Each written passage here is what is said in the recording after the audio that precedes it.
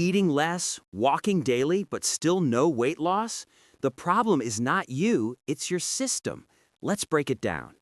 In this video, I'll explain 10 scientific reasons that silently block your weight loss progress.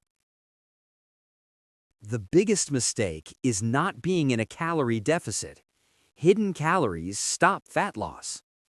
Low protein intake increases hunger and slows down your metabolism. Cardio alone is not enough. Strength training builds muscle that burns fat all day. High stress raises cortisol, which holds on to belly fat. Poor sleep disrupts hormones, increases cravings, and slows fat loss. Low water intake slows fat burning. Sometimes hunger is actually thirst. Crash dieting puts your body into survival mode and lowers metabolism. Working out but staying inactive all day still blocks weight loss.